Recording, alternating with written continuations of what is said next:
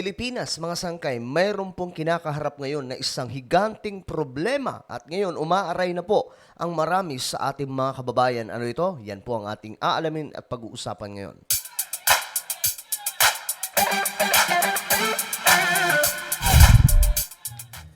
So magandang oras po sa lahat ng mga kababayan po natin, sa lahat po ng solid sangkay na nanonood ngayon.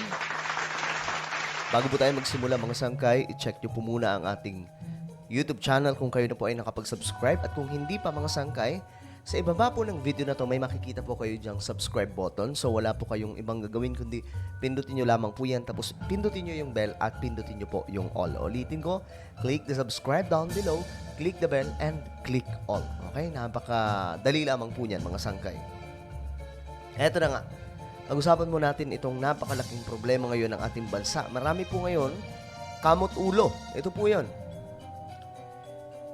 Inflation nitong Agosto bumilis sa 5.3. So tumitindi ang inflation sa Pilipinas na naging dahilan mga sangkay kung bakit ngayon, ayon po sa report, nagtataasan po ang mga presyo ng mga bilihin sa market.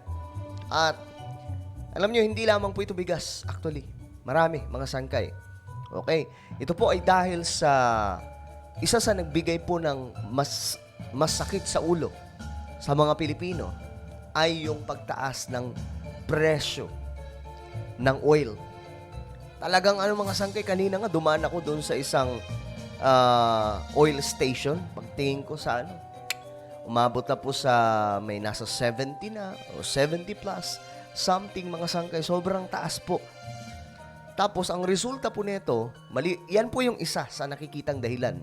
Pero ito pa mga sangkay, marami pa po dyan. Hindi lamang po talaga natin mapansin dahil hindi naman po tayo mga eksperto pagdating dyan. Pero ito nga po ang balita.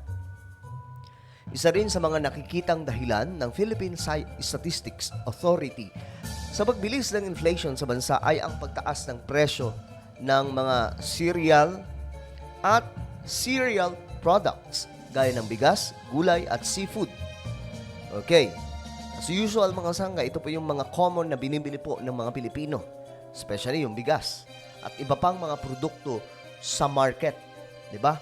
Nag-ambag din ang mas mabagal na pagbaba ng presyo ng gasolina at may 8.7 na inflation at negative 16.1 naman para sa diesel. Hindi ko alam mga sangkay, hindi naman po bumababa ang oil di ba? Instead po na bumaba, tumataas pa po ng tumataas. Parang nakakamiss yung mababa yung presyo ng mga bilihin sa palengke. So ngayon mga sangkay, ito,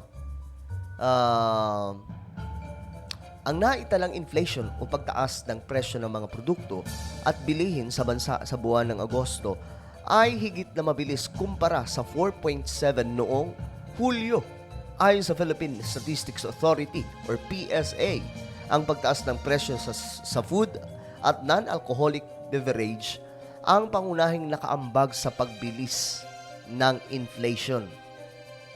So, ang dahilan mga sangkay kung bakit mabilis po na tumataas ang inflation ay ito po. Ay, alam nyo, hindi lamang po yan talaga sa Pilipinas, maging po sa iba't ibang panig ng ating mundo. Nagaganap po itong malalang sitwasyon. Okay? Pagdating po sa inflation. Ngayon, ito mga sangkay, may balita tungkol dyan. Ito, alamin po natin. Inflation o bilis ng pagtaas sa presyo ng mga bilihin sa bansa nitong Agosto. Isa sa mga dahilan niyan ang walang prenong taas presyo ng petrolyo na nagtaas na naman ngayon. Taas na naman. Kitang-kita ko yan kanina mga sangkay. Ang laki po ng itinaas. Nasa frontline na balitang yan, si Gerard de la Peña. Madaling araw kanina nang sunod-sunod na magsidating ang mga jeep sa gasolinahan na yan sa Quezon City. Very familiar guys. Alam nyo, sobrang taas talaga ng bilihin at ng oil. Alam nyo, dito po ako nagpagas. Ito po yun. Nakita ko to Familiar na familiar to sa akin. Ito Yan po. Kasi dito, mga sangay, eto lamang po ang nakita kong pinakamura. Pinakamura, mga sangkay. Wala pong iba. Yung sa Shell, Petron, Caltex, at marami pa pong iba. Nako, ang tataas po ng presyo. Dito lamang po, nasa I think 61. Yun lamang po. Madaling araw kanina nang sunod-sunod na magsidating ang mga jeep sa gasolinahan na yan sa Quezon City. Minabuti nilang magpakarga na bago magpatupad ng panibagong taas presyo sa petrolyo. Galing no? Naunahan po nila Kasi kanina mga sangay, mga bandang hapon, wala na ang taas na po talaga ng presyo. Talagang nalula na lang ako pagkadaan ko sa kalsada. Wow. Ano na ang nangyayari? Yan po, yung oil, hindi po natin kontrolado yan, mga sangkay. Dapat ibalik nila yung subsidy nung araw, yung katulad nung para malaking bagay yun sa aming mga driver. Hindi, kinukulang na nga yung kita namin ngayon Ang laki nang nababawas. Kawawa din to mga driver no? Kawawa po talaga kasi dito natin makita yung tipong nagtatrabaho po sila pero sa sobrang taas naman po ng gasolina, ng oil, parang halos wala na pong matira sa kanila. Kaya nga po yung ibang mga sangkay magdamag po, nagdadrive kasi wala namang choice. Pag tumataas yung diesel namin, ang laki nang nababawas ng kinikita namin Sa anunsyo ng mga kumpanya ng langis, 1 peso and 20 centavos ang dagdag sa kada litro ng diesel. 1 peso and 10 centavos ang dagdag sa kerosene, habang 50 centavos sa gasolina. Ito na ang ikasyam na sunod na taas singil sa diesel at pangwalo para sa gasolina. Grabe. Katunayan, kabilang ang sunod-sunod na taas presyo na yan sa petrolyo sa mga itinuturong dahilan kung bakit bumilis ang inflation nitong Agosto. Ay, nako naman. Sa datos ng Philippine Statistics Authority, 5.3% ang August inflation, mas mataas sa 4.7% nitong Hulyo. Ito ang unang beses sa sumipa ang inflation matapos ang 6 na buwan ng pagbagal nito. Sa kaso ng petrolyo, nasa 0.2% ito ngayon. Malayo sa negative 4.7% o pababang presyohan noong nakaraang taon. Bukod sa gasolina, nakikita ring driver o nagpapabilis sa inflation ang presyo ng gulay. Mas mataas ng halos 32% ang inflation sa gulay noong Agosto. So pag tumataas pala yung presyo ng mga bilihin, sumisipa din po yung inflation. Ay, nako, ano na ang gagawin natin ngayon, mga sangkay?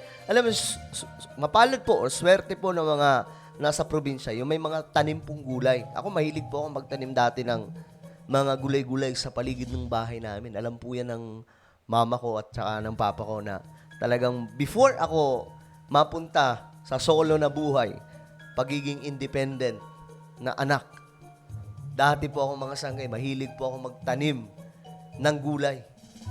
Pero hindi po ako magaling mga sangkay na tulad ng iba na expert sa pagsasaka. Sa totoo lang, tamad po ako. Pero pagdating sa mga garden lang na ginagawa po sa bahay, dyan ako magaling, mga sangkay. Kumpara sa kaparehong buwan ng 2022. Pag may mga typhoons tayo, bumababa yung ating supply ng vegetables. So yan ang paliwanag nila mga sangkay, kaya tumataas yung bilihin kasi bumababa ang supply. Nagkakaroon tayo ng temporary na shock doon sa price of vegetables. That happened, of course, nung last week of July kasi talagang binaha yung malaking part ng ating bansa, particular yung Region 3. Sa nakalipas na 8 buwan, naglalaro sa 6.62% ang average inflation sa bansa. Ang inaasam na 5.4% inflation sa pagtatapos ng 2023. Maaabot kaya ng gobyerno? Kung ang ilang ekonomista ang tatanungin, mukhang suntok sa buwan ang target ng gobyerno. Medyo disappointing. Well, we kind of expected it, pero medyo disappointing kasi and frustrating us also. Kasi we're hoping that there will be some light at the end of the tunnel there, but it seems that it's too soon. Well, because there are other factors that came into play, like the weather. You will see that the inflation is much higher than previous month. Maski ang Bangko Sentral ng Pilipinas, inaasahan na rin na medyo bibilis pa ang pagtaas ng presyo ng mga bilihin sa mga susunod na buwan. Hindi pa pala tapos ang kalbaryo natin next month. Lalo daw pong sisipa pa. At yan ay kung patuloy na sisipa ang presyo ng produktong petrolyo at kung makakaapekto ang mga bagyo sa ani ng mga magsasaka. Hindi naman masabi sa ngayon ng PSA kung magkakaroon ng epekto sa inflation ang price cap sa bigas. Pero babala ng isang ekonomista, Ang reaction ng tao normal sa price control, magkakaroon, like a price cap is in particular, bababa yung supply, tataas yung demand. At pwedeng mag-hoard ng mga tao, pwedeng mag-panic buying. And I think nangyayari na yun the first day. Takot no? Panic buying. nagbabalita mula sa frontline. So, yan po yung malaking problema ngayon ng Pilipinas, mga sangkay, na hindi ko alam paano po yan masusolusyonan. Yung mga ekonomista, yung mga expert pagdating dyan, gumagawa na po sila ngayon ng plano, paano po maaayos yan. Kaya nga lang mga sangkay, kapag hindi po ito maayos ng ilang mga buwan, hindi ko na alam kung anong mangyayari sa ating bansa at sa mga Pilipino. Manigurado po, marami po ang madidisappoint. Marami po, paano ba? Possible na mag-panic kasi may panic buying na nga, mga sangkay, di ba? Ngayon pa lang. So yung iba, mag-hoard. Magtatago po sila ng mga mag-iimbak na mga pagkain. Bigas. Marami pa pong iba. So hopefully, let us all pray. Wala naman pong iba. Wala naman po tayo maitutulong, mga sangkay. Kahit po anong ngakak natin, hindi po yan makakatulong.